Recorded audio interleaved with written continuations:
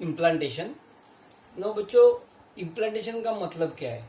अगर हम लोग शॉर्ट में देखेंगे तो इम्प्लांटेशन का मतलब है ब्लास्टोसिस्ट है। ये ब्लास्टोसिस्ट एंडोमेट्रियम जो इनर लेयर है यूट्रस का, उसमें डीपली अटैच हो जाते हैं। जब वो डीपली अटैच होता है उसको हम लोग बोलते हैं implantation. So implantation is the attachment of blastocyst to the uterine wall. Blastocyst की प्रोसेस में जो ब्लास्टोसिस्ट फॉर्म हो जाता है वो blastocyst uterine wall is endometrium को अटैच हो जाते हैं, इसको हम लोग इम्प्लांटेशन बोलते हैं। The blastocyst after its formation gets implanted और embedded into the endometrium of the uterus. This process usually begins on the 7th day after fertilization. So पहले 4 जो दिन है वो फेलोपियन ट्यूब में क्लीवेज के लिए जाते हैं।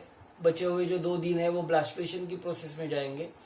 सो टोटल फर्टिलाइजेशन होने के बाद 7वें दिन में इम्प्लांटेशन होता है। And by the end of 10th day the embryo is completely buried inside the endometrium. मतलब 7 दिन के बाद 3 दिन में ये जो ब्लास्टोसिस्ट है वो डीपली अटैच हो जाती है इनसाइड द एंडोमेट्रियम, जिसको हम लोग इम्प्लांटेशन बोलते हैं। The embryo usually implants in the region of the fundus of the uterus. आपको मालूम है यूटेरस के 3 पार्ट है। ऊपर वाले पार्ट को हम लोग फंडस बोलते हैं, बीच वाले पार्ट को बॉडी बोलते हैं, और जो टर्मिनल पार्ट है यूटेरस का जिसको हम लोग सर्विक्स बोलते हैं। In the process, the embryo attach itself by its embryonic pole close to the endometrium. जो 2 पोल हम लोगों ने ब्लास्टोसिस्ट में देखे थे, एक को हम लोग एम्ब्रियोनिक पोल बोलते हैं, दूसरे को हम लोग अब एम्ब्रियोनिक पोल बोलते हैं। एम्ब्रियोनिक पोल मतलब ब्लास्टोसिस्ट की ये साइड, जिस साइड में एम्ब्रियोनल नॉब और ट्रोफोब्लास्ट के सेल्स डीप अटैच रहते हैं, जिसको हम लोग सेल्स ऑफ रूबेर बोलते हैं। तो इन शॉर्ट ये जो एम्ब्रियो है, ये एम्ब्रियो एम्ब्रियोनिक पोल से, मतलब सेल्स ऑफ रूबेर से, ट्रोफोब्लास्ट की जो सेल्स है सेल्स ऑफ रूबेर, उससे अटैच हो जाते हैं। The trophoblast cells of the animal pole have the power to stick the uterine wall. इस समय ये ट्रोफोब्लास्ट सेल्स को पावर रहती है को यूट्राइन वॉल को स्टिक हो जाए। सो rapid division of the trophoblast sales lying against the embryonal knob takes place. It results into formation of 2 distinct layer. इसकी वजह से ना ये जो लेयर है, जो ट्रोफोब्लास्ट सेल्स है, वो 2 लेयर फॉर्म करते हैं। आउटर लेयर को हम लोग बोलते हैं सिनसाइटोट्रोफोब्लास्ट एंड इनर को बोलते हैं हम लोग cytotrophoblast. Trophoblast cells have now power to divide and redivide.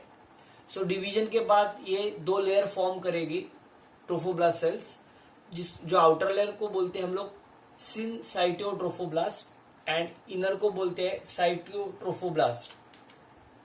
जो आउटर लेयर है syncytiotrophoblast is syncytium, that is a layer of protoplasm with many nuclear. उसमें बहुत न्यूक्लियर प्रोटोप्लाज्म रहते हैं। It gives out processes which extensively invade the endometrium. इसमें से ना विलाय form हो जाते हैं, प्रोसेसेस बाहर आ जाए, वो डीपली एंडोमेट्रियम के अंदर पेनिट्रेट हो जाती है, जिसके लिए उसको अटैचमेंट मिलता है।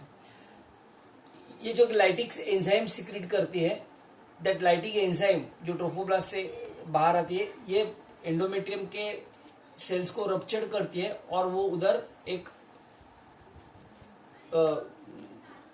deeply burrowed होते हैं, into which the embryo being to be get implanted.